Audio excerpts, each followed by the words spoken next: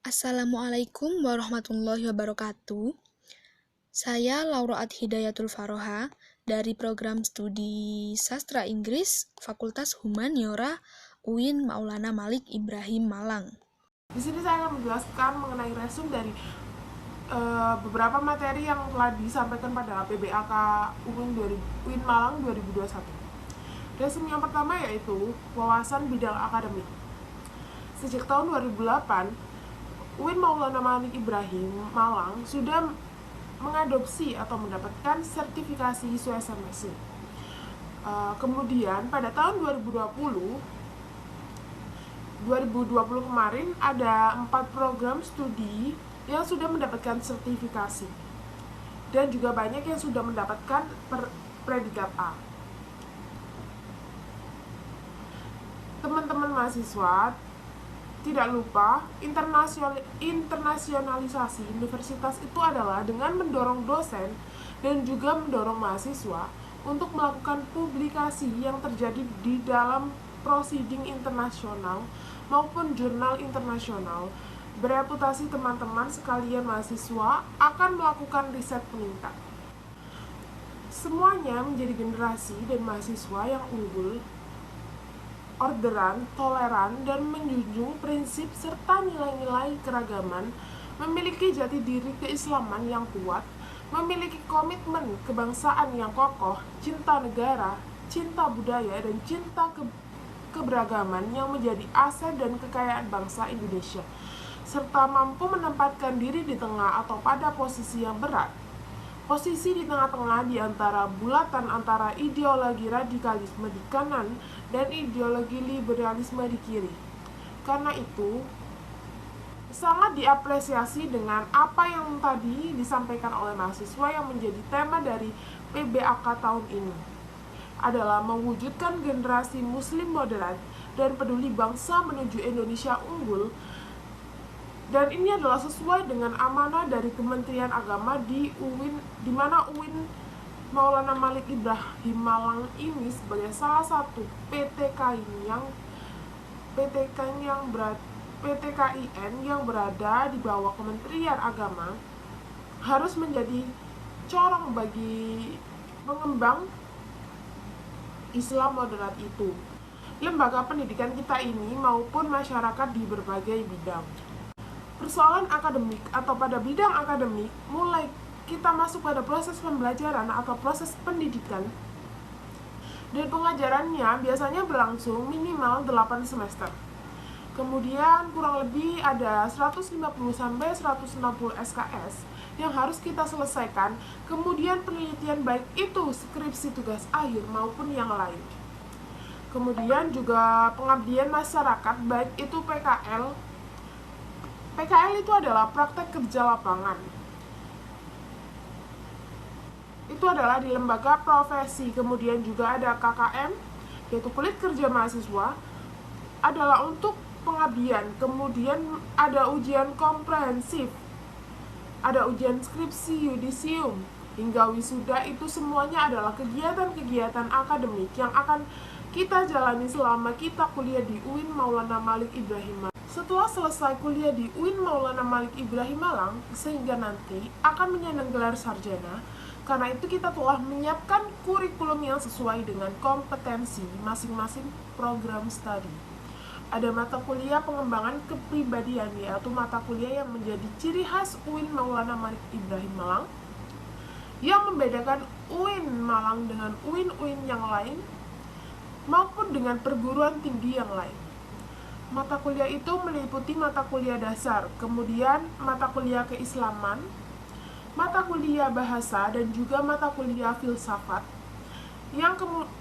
Kemudian ada mata kuliah fakultas itu adalah yang membedakan antara satu dengan yang lain. Kemudian ada rumpun mata kuliah program yang mencirikan perbedaan antara program studi satu dengan program studi yang lain, baik di dalam fakultas yang sama maupun berbeda. Materi yang kedua yaitu wawasan bidang administrasi umum, perencanaan, dan keuangan. Wakil Rektor Bidang mengajak bahwa mahasiswa baru itu harus mengupayakan diri secara mental spiritual dalam mengikuti kegiatan-kegiatan perkuliahan di kampus UIN Maulana Malik Ibrahim Malang. Kampus UIN Maulana Malik Ibrahim Malang otomatis berbeda dengan kampus-kampus yang lain, apalagi dengan kampus perguruan tinggi umum. Nanti kalian semua memperoleh sesuatu yang tidak diperoleh di kampus perguruan tinggi umum, termasuk kampus ini menyediakan berbagai macam fasilitas kegiatan kemahasiswaan karena harus menyiapkan secara mental spiritual. Melakukan transformasi gaya belajar dari tingkat SLTP menuju model pola belajar di perguruan tinggi, karena itu harus berpikir ilmiah. Mahasiswa harus punya kemampuan untuk berpikir ilmiah. Berpikir ilmiah itu pada hakikatnya adalah berpikir yang selalu dilandasi dengan ilmu pengetahuan, baik pengetahuan umum maupun ilmu pengetahuan keagamaan, yang notabene kampus kita adalah kampus keagamaan yang bernaung di bawah Kementerian Agama Republik Indonesia. Inilah yang membedakan kampus kita dengan kampus-kampus yang mahasiswi harus berpenampilan sopan. Maksudnya berpenampilan sopan yaitu berpakaian sesuai dengan kodratnya perempuan.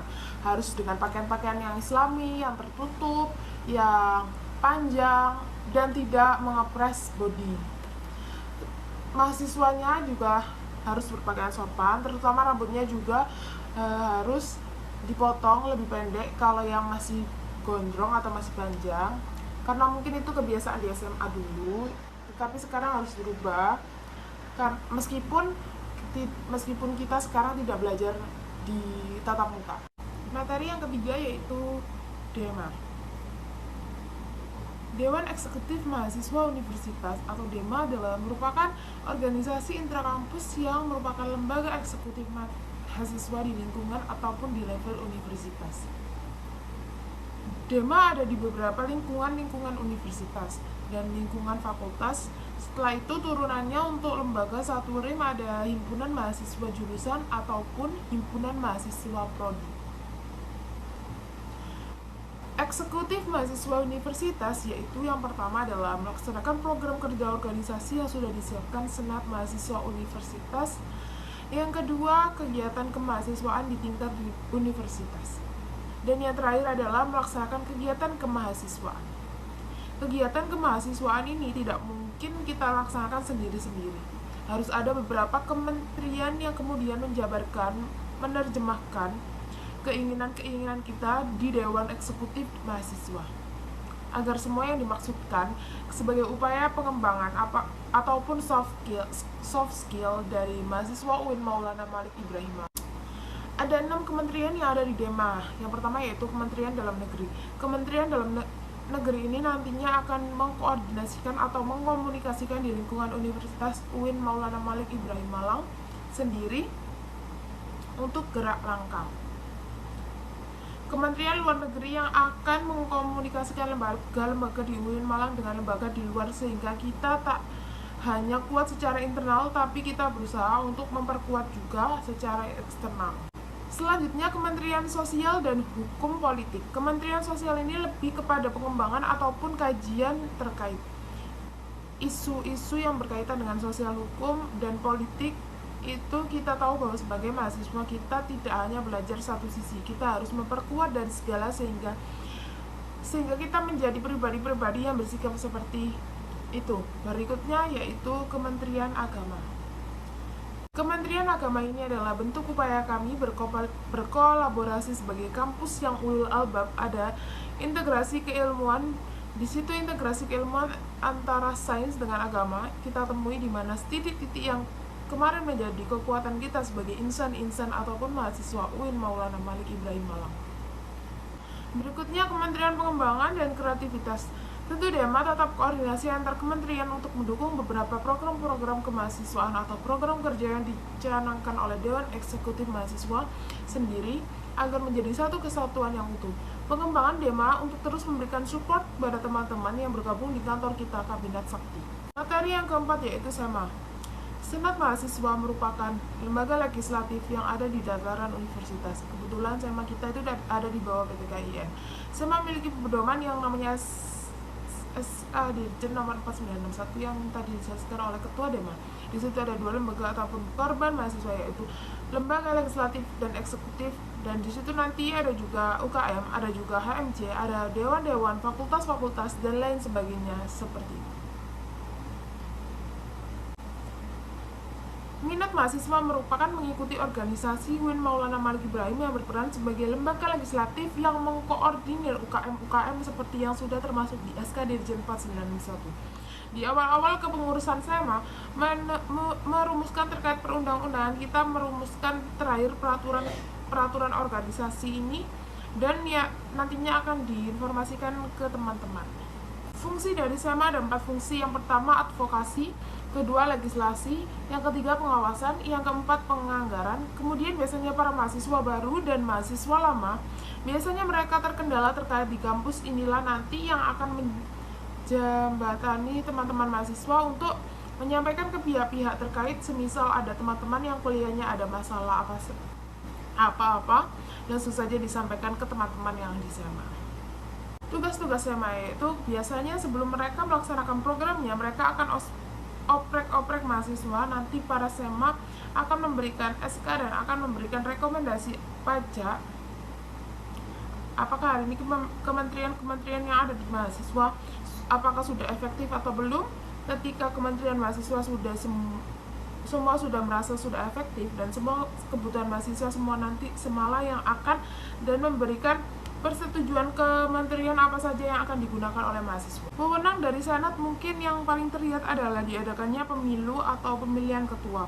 Yang menyelenggarakan pemilu ini merupakan dari para mahasiswa yang seperti membuat peraturan terkait klasifikasi mahasiswa yang nanti akan meneruskan modalitas dari SEMA.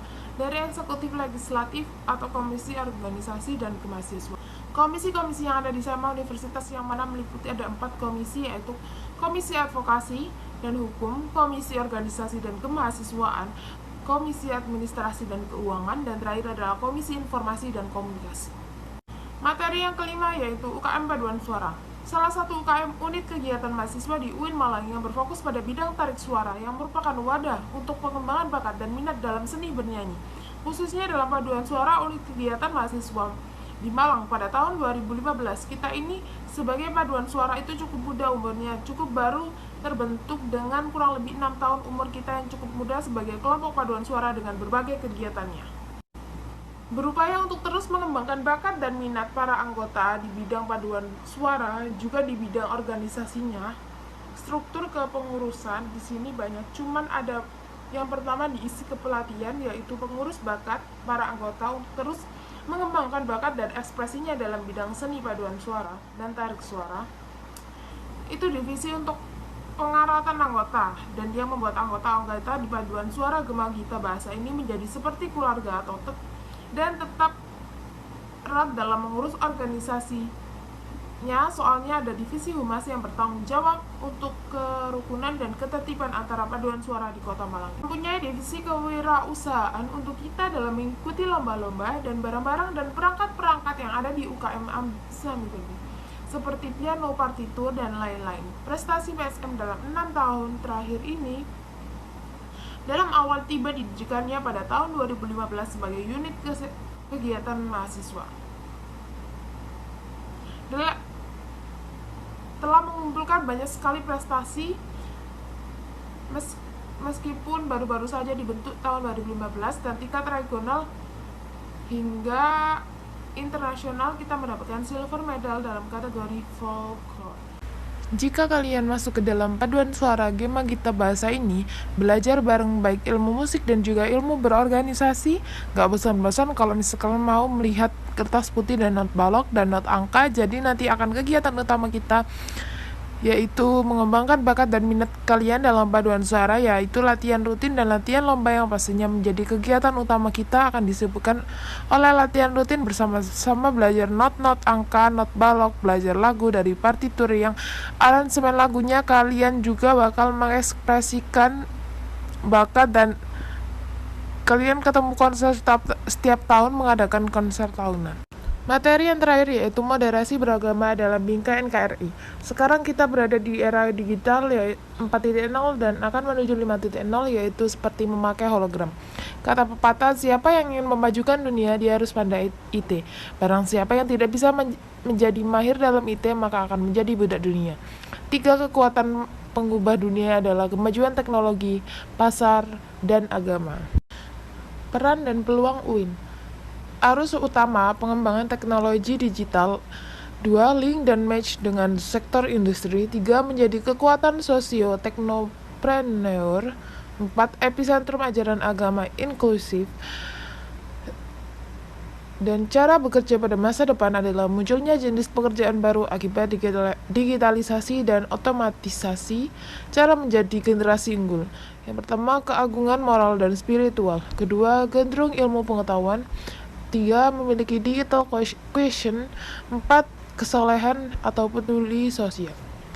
Barang siapa yang mau kuasai dunia harus dengan ilmu, mau kuasai akhirat harus dengan ilmu. Kalau mau keduanya maka kuasailah dengan ilmu.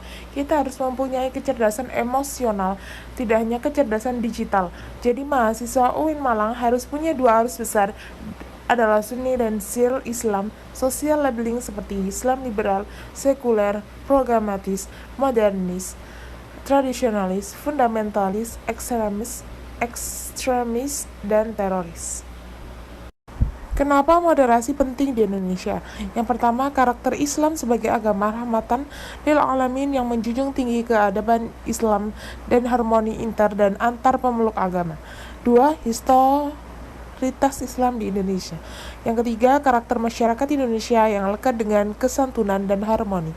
Yang keempat, ideologi bangsa Pancasila dan moto Bhinneka Tunggal Ika. Peran mahasiswa UIN Malang.